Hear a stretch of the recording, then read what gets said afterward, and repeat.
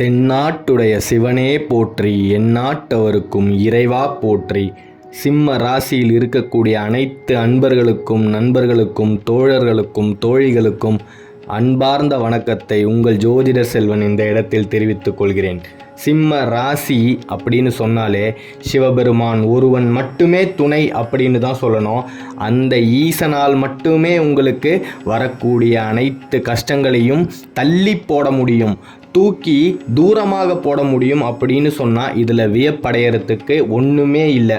சிவபெருமானோட அனுகிரகம் உங்களுக்கு இருக்குது அப்படின்னு சொன்னாலே எந்த ஒரு சக்தியாலையுமே உங்களுக்கு வரக்கூடிய செல்வத்தையும் அதிர்ஷ்டத்தையும் தடுக்கவே முடியாது அப்படின்ற ஒரு வார்த்தை உங்கள் அகராதியிலேயே இல்லை அப்படின்னு தான் சொல்லணும். நேர்மை, நியாயம், இது ரெண்டு மட்டுமே தான் உங்களுக்குன்னு இருக்கக்கூடிய தாரக மந்திரம். உங்களை சுற்றி இருக்கிறவங்களுக்கு உங்களை பிடிக்காத காரணமே நீங்கள் இந்த ரெண்டு விஷயத்தை தொடர்ந்து பண்ணிக்கிட்டு இருக்கிறதுனால தான். ஏன்னா அதர்மத்தை பற்றி கொஞ்சம் கூட யோசிக்காத ஒரு ஜீவ ராசி அப்படின்னே சொல்லலாம். சிம்ம ராசியை பொறுத்த வரைக்கும் நீங்கள் என்ன நினைக்கிறீங்களோ அது கரெக்டு. அடுத்தவங்க உங்களுடைய விருப்பத்தை ஏற்றுக்கல அப்படின்னா அதை பற்றி நீங்கள் கவலையே பட மாட்டீங்க. உங்களுக்கு என்ன பாதை சரின்னு படுதோ அந்த பாதையில் நீங்கள் போய்கிட்டே இருப்பீங்க.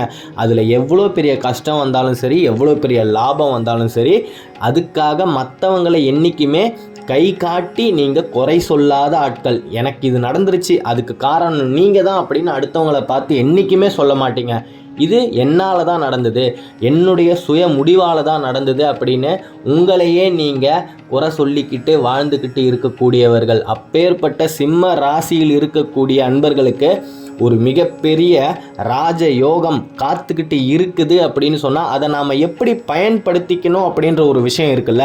ராஜயோகம் எல்லாருக்குமே தான் வரும், ஆனால் குறிப்பிட்ட ஒரு சில இடத்தில் மட்டுமே தான் அந்த ராஜயோகம் போய் சேரும்.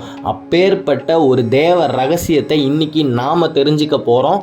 இந்த பிரபஞ்சம் முடிவு பண்ணிடுச்சு அந்த ரகசியத்தை உங்ககிட்ட கொண்டு வந்து சேர்த்தே ஆகணும் அப்படின்னு.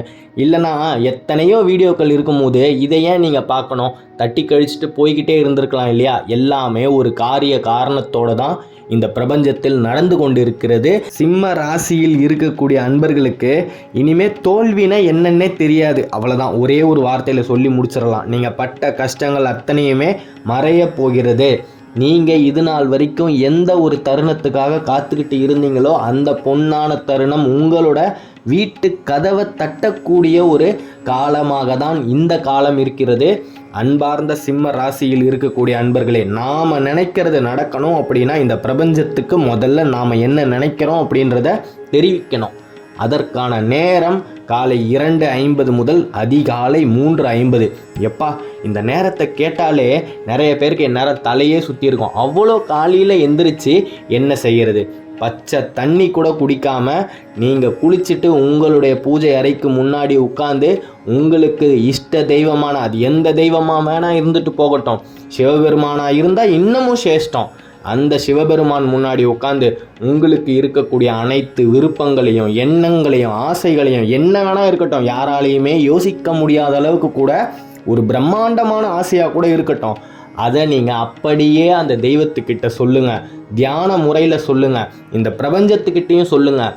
ஒட்டுமொத்த பிரபஞ்சமும் நிசப்த நிலையில் இருக்கும்போது உங்களுடைய எண்ணங்களையும் விருப்பங்களையும் நீங்கள் தியான முறையில் மேல் நோக்கி அனுப்பும்போது இந்த பிரபஞ்சம் அப்படியே அதை உங்ககிட்டேருந்து கிரகிச்சுக்கிட்டு தக்க சமயம் வரும்போது நீங்கள் கேட்டதை உங்களுக்கு அப்படியே திருப்பி தந்தே தீரும்.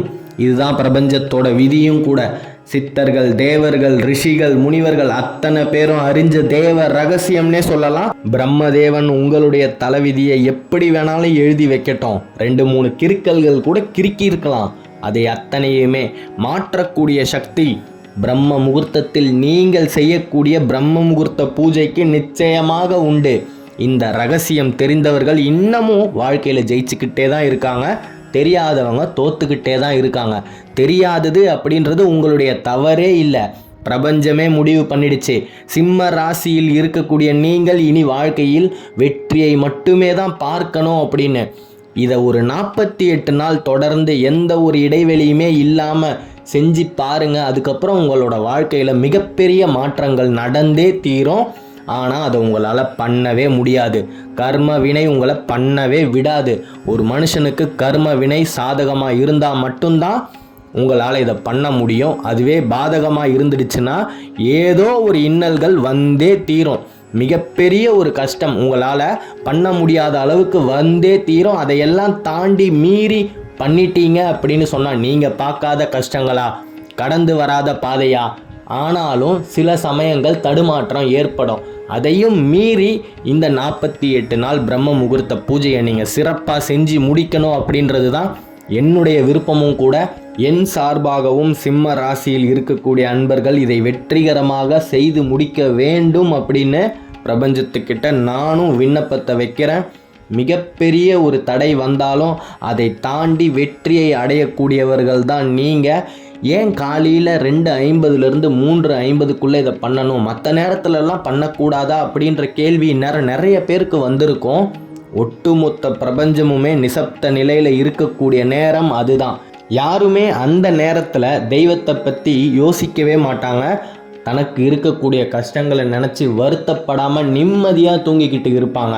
அந்த தருணத்தில் நீங்கள் உங்களுடைய விருப்பத்தையும் ஆசைகளையும், உங்களுக்கு இருக்கக்கூடிய அனைத்து கஷ்டங்களும் சரியாகணும் அப்படின்ற எண்ணங்களையும் மேல் நோக்கி இந்த பிரபஞ்சத்துக்கிட்டையும் 9 கிரகங்கள்கிட்டையும் அனுப்புனீங்க அப்படின்னு சொன்னால் பிரபஞ்சம் அதை அப்படியே காந்தம் போல் உங்ககிட்டேருந்து கிரகிச்சுக்கிட்டு தக்க சமயம் வரும்போது உங்களுக்கு நீங்கள் கேட்டதை அப்படியே திருப்பி தந்தே தீரும். இதுதான் பிரபஞ்சத்துடைய மாற்ற முடியாத விதியும் கூட. மிகப்பெரிய தேவ ரகசியம். இது தெரிஞ்சவங்க இன்னமும் வாழ்க்கையில் ஜெயிச்சுக்கிட்டே தான் இருக்காங்க.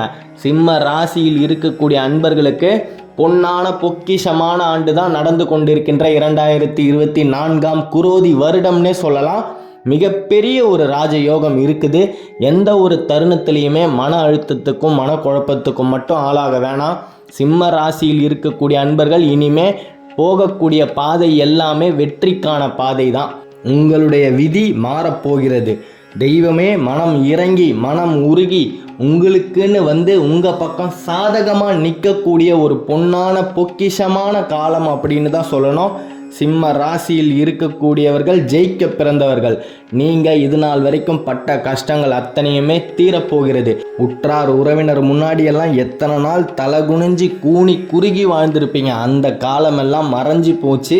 இனிமே அத்தனை பேர் முன்னாடியும் உங்களுடைய சிரத்தை நீங்கள் உயர்த்தி சிங்கம் போல நடக்கக்கூடிய ஒரு பொன்னான பொக்கிஷமான காலம் பிறந்துடுச்சு அப்படின்னு தான் சொல்லணும். எந்த ஒரு தருணத்துலையுமே மனக்குழப்பத்துக்கும் மன அழுத்தத்துக்கும் ஆளாகவே வேணாம். மிகப்பெரிய பாதகமே உங்களுக்கு உங்களுடைய கோபம் தான்.